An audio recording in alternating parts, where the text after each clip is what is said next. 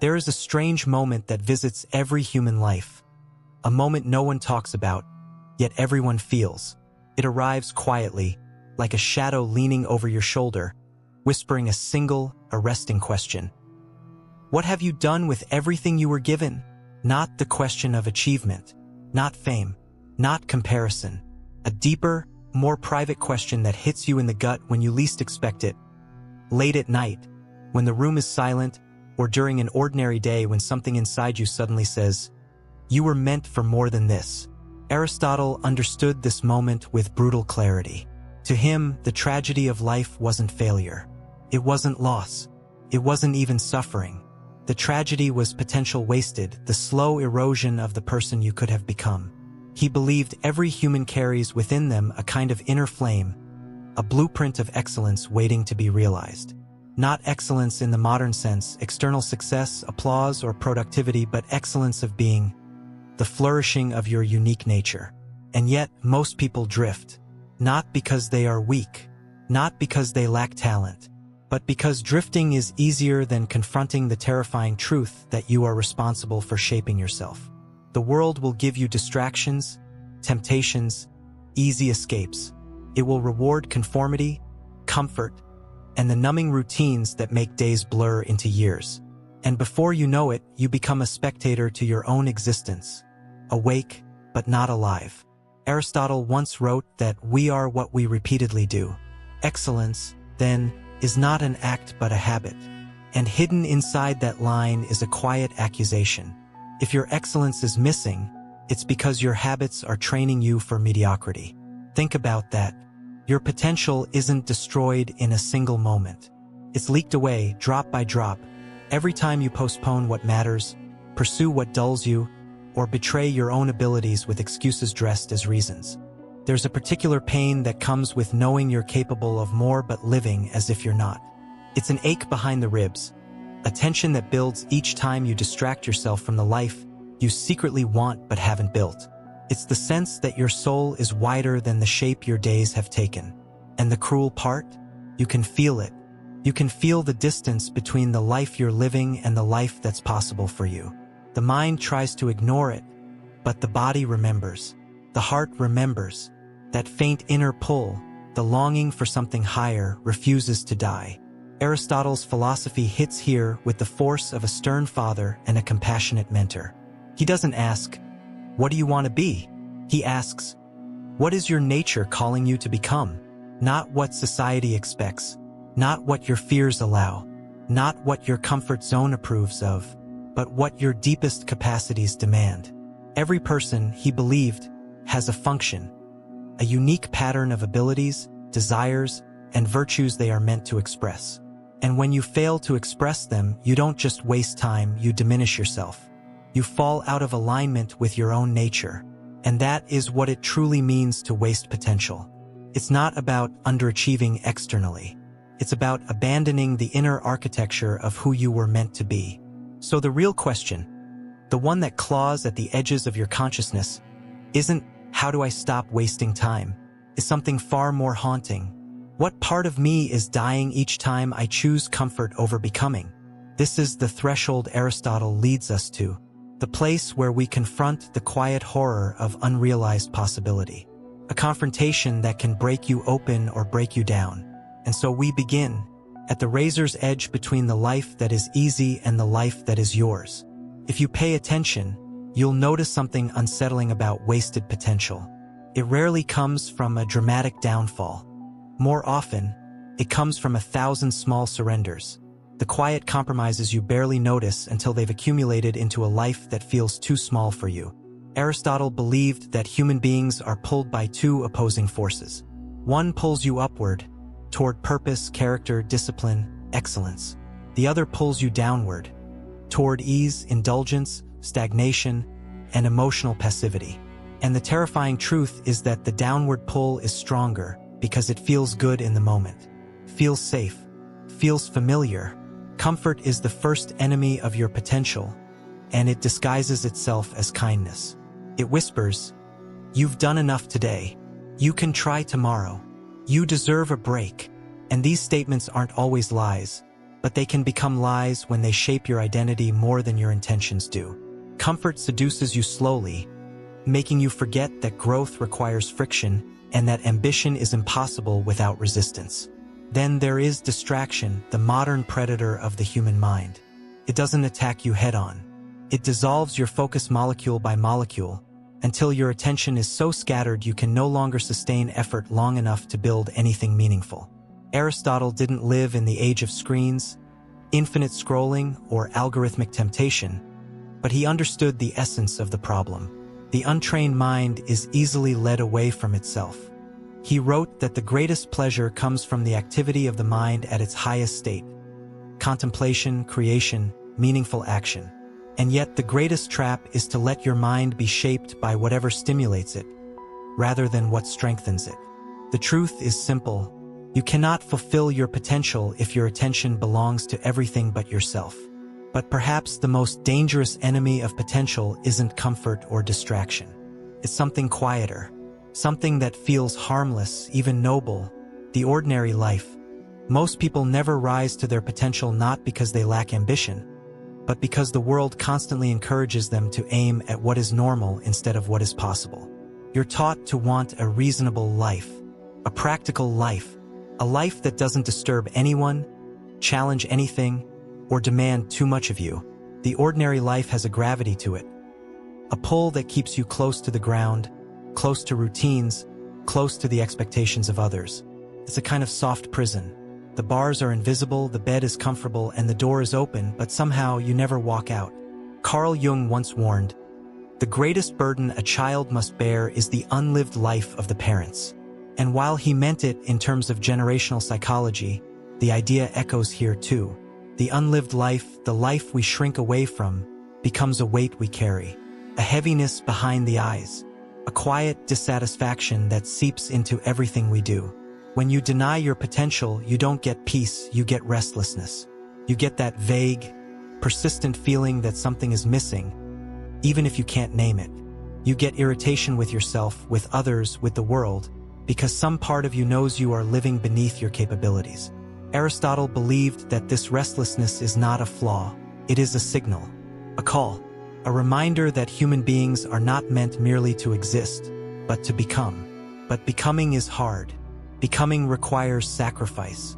Becoming demands that you confront your weaknesses, your fears, your cravings, and the seductive voice that constantly tries to convince you that just being okay is enough. Potential requires struggle. The downward pull requires nothing, and the world will always reward the downward pull. This is why so many people live in quiet frustration, outwardly fine, inwardly fractured, because they have mistaken a comfortable life for a meaningful one, and the gap grows wider every year. But the tension you feel, that inner dissonance, it is not a sign that something is wrong with you. It is a sign that you're still alive, that something inside you refuses to settle. This is the place Aristotle wants to push you beyond, the gravitational pull of the ordinary. And to break that gravity, something inside you must shift. A realization, a moment of confrontation, turning point. There comes a moment, subtle, almost imperceptible, when the excuses that once comforted you begin to taste like poison. A moment when the familiar numbness of routine no longer protects you, but suffocates you. A moment when you realize that staying the same is more painful than changing. Aristotle believed that this moment is the beginning of transformation.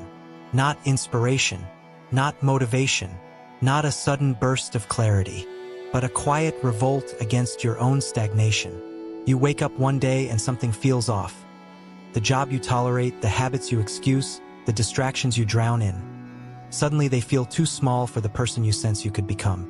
You feel misaligned, like your life is wearing the wrong size. This discomfort is not a flaw. It is the signal that your potential is waking up. Aristotle's entire philosophy of becoming rests on a single world-shifting idea. You are not finished. Human beings are not static objects. They are processes, movements, trajectories.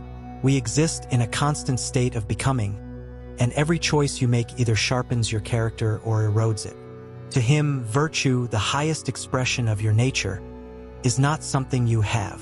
It is something you cultivate through action, through repetition, through the daily decision to choose the version of yourself you respect over the one you settle for.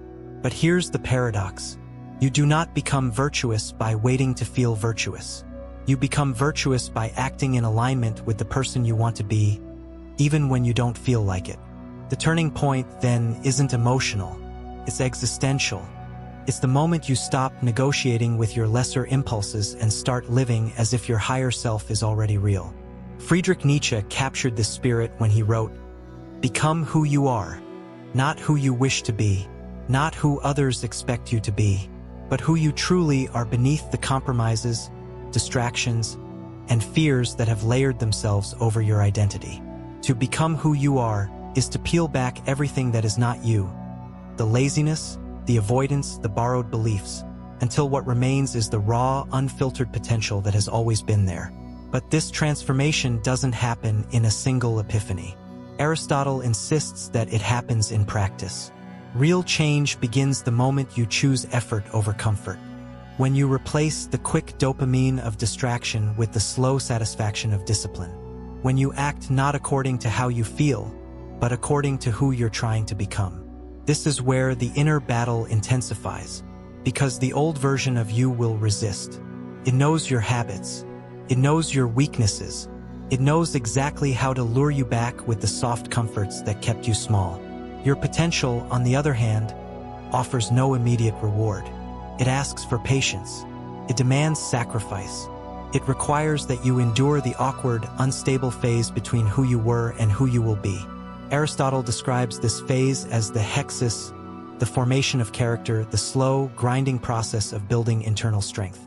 It is the gym of the soul, where every act of discipline is a repetition, every moment of restraint is a rep, every decision to rise instead of fall is a weight lifted. And something remarkable happens over time. What once felt forced becomes natural. What once required effort becomes effortless. What once felt like a burden becomes a source of power. This is the birth of a new self, not through inspiration, but through consistent alignment between your actions and your potential. You begin to feel it, a kind of inner solidity, a stability, a quiet, growing confidence that comes not from comparison or validation, but from the realization that you can trust yourself. And once you reach this stage, the world begins to change around you, not because the world has changed, but because you have. This is the turning point Aristotle envisioned. Not a dramatic transformation, but a deliberate one. A slow, steady ascent toward the person you were capable of being all along. There is a rare and unmistakable peace that emerges when your actions finally align with who you were meant to be. Not the peace of relaxation, not the empty serenity of doing nothing, but the deeper, richer peace of coherence. The feeling that your inner world and outer world are no longer at war. Aristotle believed that the highest form of human flourishing, eudaimonia, is born from this harmony. Not pleasure, not achievement, not comfort, but alignment. When your desires, intentions, and actions pull in the same direction, you stop scattering your life's energy. You stop living in fragments. You stop being torn between your longing for more and your habits that drag you back into less. In this state, the things that once felt impossible begin to feel natural. Not because they've become easier, but because you have become stronger. Suddenly, discipline is no longer a punishment, it's a form of self-respect. Focus is no longer a struggle, it's a refuge. Effort is no longer exhausting, it's invigorating. You begin to understand what Aristotle meant when he said the good life is a life of activity. Not busyness, not frantic motion, but purposeful action that awakens your deepest capacities. But this harmony is not just a state of mind. It changes how you see the world. Your past no longer feels like a weight. Your future no longer feels like a threat. You start living inside the present moment with an intensity you've never felt before. The wasted potential that once haunted you becomes fuel. The regrets that once weakened you become teachers.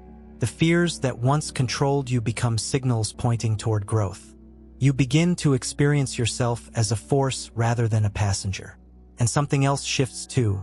The people around you respond to this new energy. Not because you've become louder or more dominant, but because you've become clearer.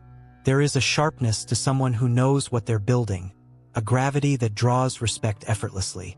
Most people navigate life with blurred intentions. A vague desire here, a half-hearted goal there.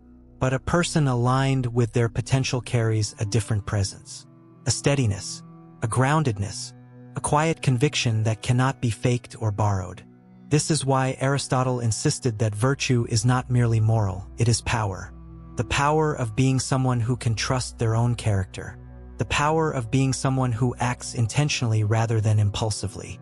The power of being someone whose life is not controlled by moods, cravings, or fears.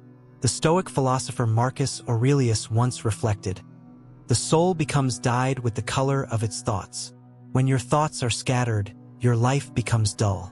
When your thoughts are disciplined, your life gains direction. When your thoughts align with your potential, your soul changes color. Deeper, richer, more vibrant. It is here, in this radiant alignment, that your potential stops being a distant possibility and becomes a lived reality.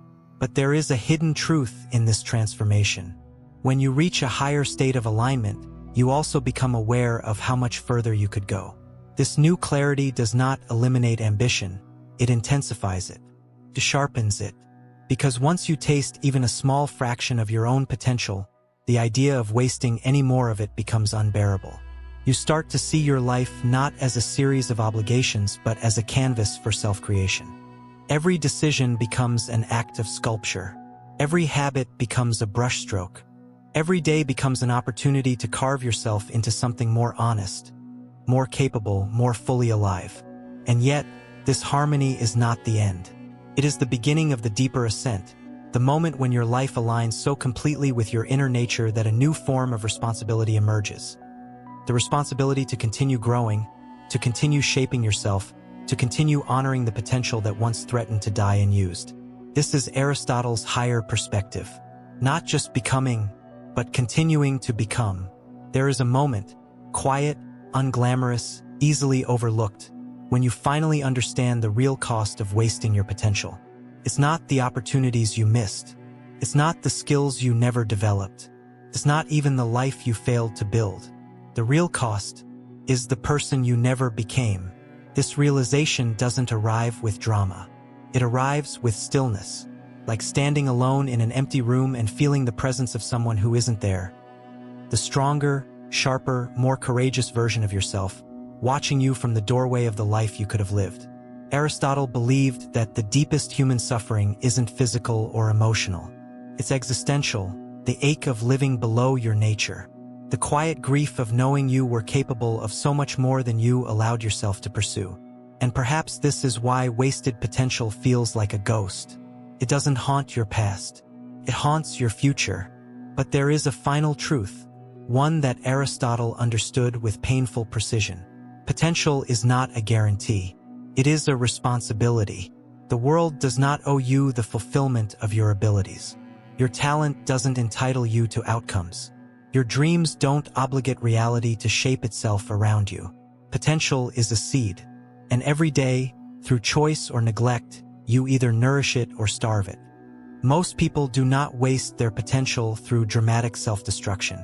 They waste it through hesitation, through waiting, through the quiet hope that tomorrow will somehow bring a version of themselves they have not prepared for.